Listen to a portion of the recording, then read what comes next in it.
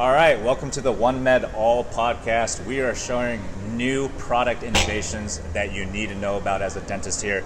We have Mauricio Diaz from Albuca. Yeah, Albuca, yes. Okay, and that's Albuca. We have you here. Thank you for joining us. Thank you very much. Let's just start off from the beginning. Who are you? Where are you from? What got you into dentistry? Let's start off with who's Mauricio. I live in Canada. I'm a dentist and an endodontist. No longer practicing. I retired a little while back. But I've always been involved with technical part of it. I used to be a university professor also. And now I'm a consultant for this company because they brought me in based on the fact that this is a product that is used for endodontics. And I feel that it's a very valuable option for dentists to be aware of. It's an alternative to materials that are currently in the market, and it is something that has very unique features that can certainly bring a lot of benefits to the average practice. More and more patients are driving the questions in the office.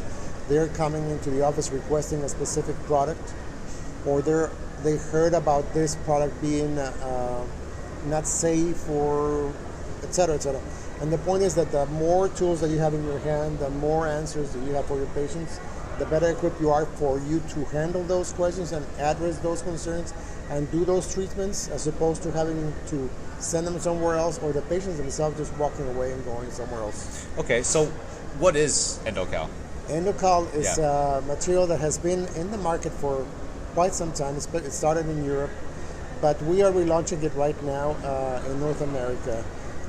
The fact that the previous owner, who was a Canadian dentist, he had his focus on his practice, so there was never a big focus on the marketing, on the exposure of this product in the dental community, and that is what we're trying to revert now.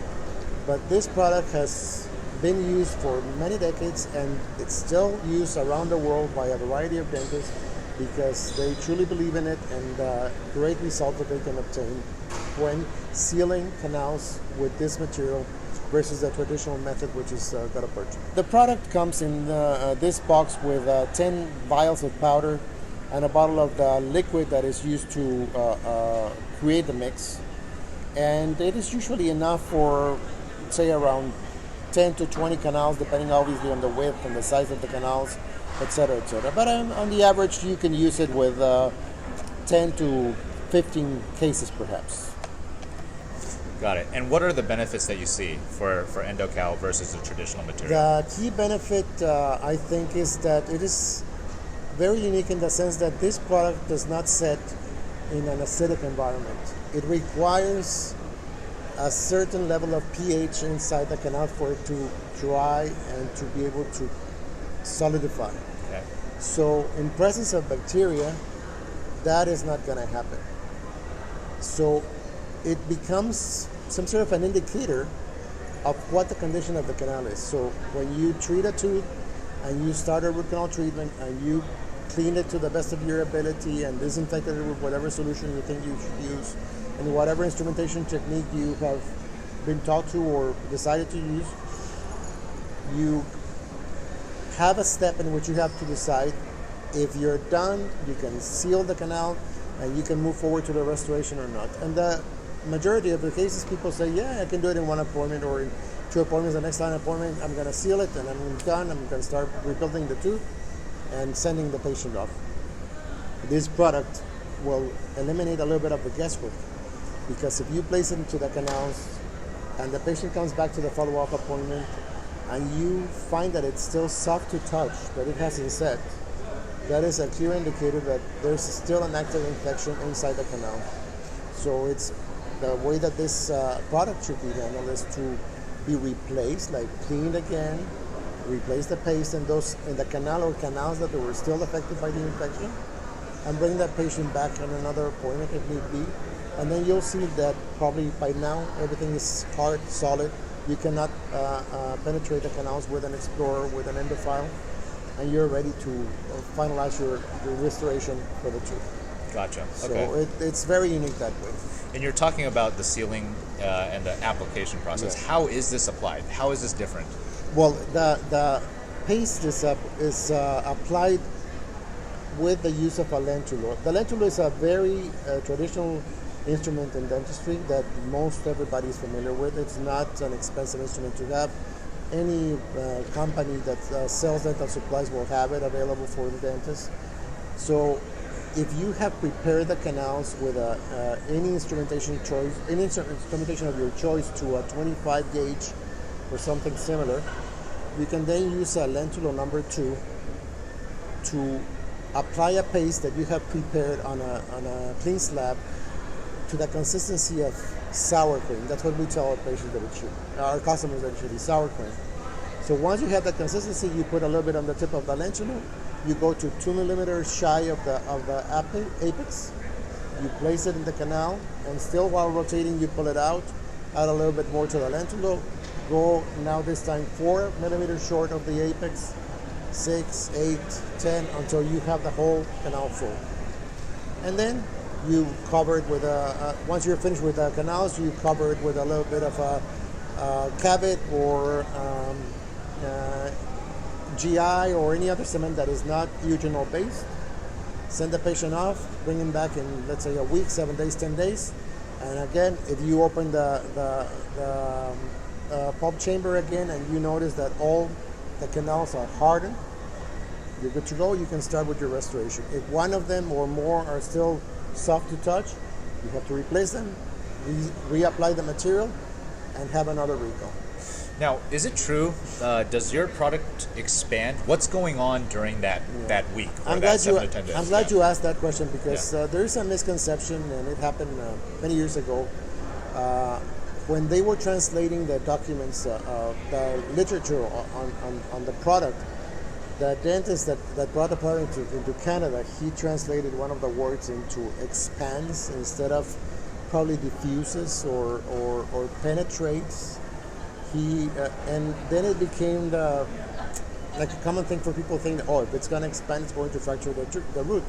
The people that have been using it for 20, 30 years, they're not going to use a product that causes that on a patient. They would stop using it like 2 days into using the product. So the reason why there's that misconception is because of, unfortunately, a translation issue and not because there's really a product issue. But I appreciate that you asked me that so we could clarify. Absolutely. And so what I'm hearing is if said in another way, you've created a product that provides a very unique solution for a lot of perios or any dentist doing root canal surgery, but to do it in a way where it works with the body to heal the body instead of kind of placing a plug or like a temporary fix, like a Band-Aid. This material is very well tolerated by the body, number one. It's it doesn't cause any reaction that anybody should be concerned of. Other materials may have some components that people have worries about, and that's why those questions sometimes come into the office of what should I do, or I don't want you to do a root canal treatment because I don't want to do anything with that material. Unfortunately, in many of these instances, even if the dentist decides that is not the case, the patient will say, well, if you do that, then I don't want to be seen by you, I'll go somewhere else.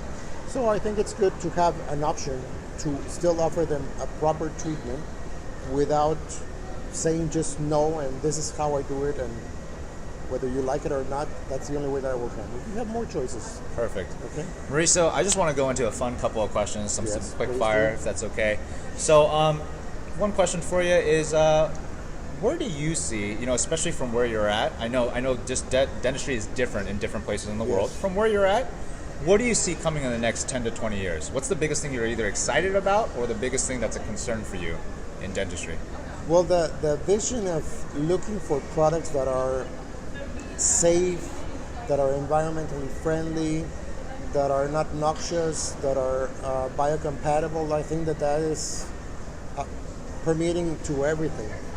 Whether it's the food that you eat, the cups that you use, the toothpaste that you buy, the soap, the deodorant, whatever, even more so with products that are going to be administered by a dentist or by a physician. So this is where everything is heading to, and people have to get on board or prepare to miss the train. Sure. Do you have any children, by the way? I do. Okay. So let's just say, just as an example, hypothetically, let's just say you had another child, you found out, and that child was going to become a dentist, follow up in your footsteps.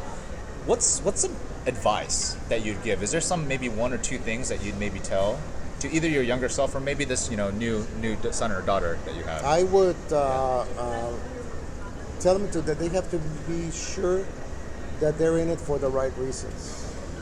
If the reason to think of becoming a dentist is because they're going to be wealthy or they're going to buy a yacht or they're going to have a house somewhere, that shouldn't be the reason to become a dentist. Dentistry is beautiful in many ways because it is 50% science, 50% craftsmanship and skills and stuff like that. So you're able to do stuff with your hands and hopefully do a lot of stuff with your brain. Sure. So I think it's a very wonderful profession and something that everybody should embrace, but for the right reasons. Awesome. And if you're in it for the money, it's very sad. If you're in it for the right reasons, I'm sure you're going to be happy doing what you do every day, and you're going to have patients that are very grateful to be treated by you. Awesome. So last question. In the last 3 to 6 years, if you look back, what's the most valuable investment or purchase that you've made, either in the dental industry or just in your personal life? What's something that comes to mind? Getting remarried, I guess. Getting married? Getting married again. That was pretty awesome. expensive. There you go. Congratulations. Thank you All so right. much. Thank you for your time, Mauricio. I appreciate you. Thank you very much. All right. Practice smarter and live better, guys. See you soon.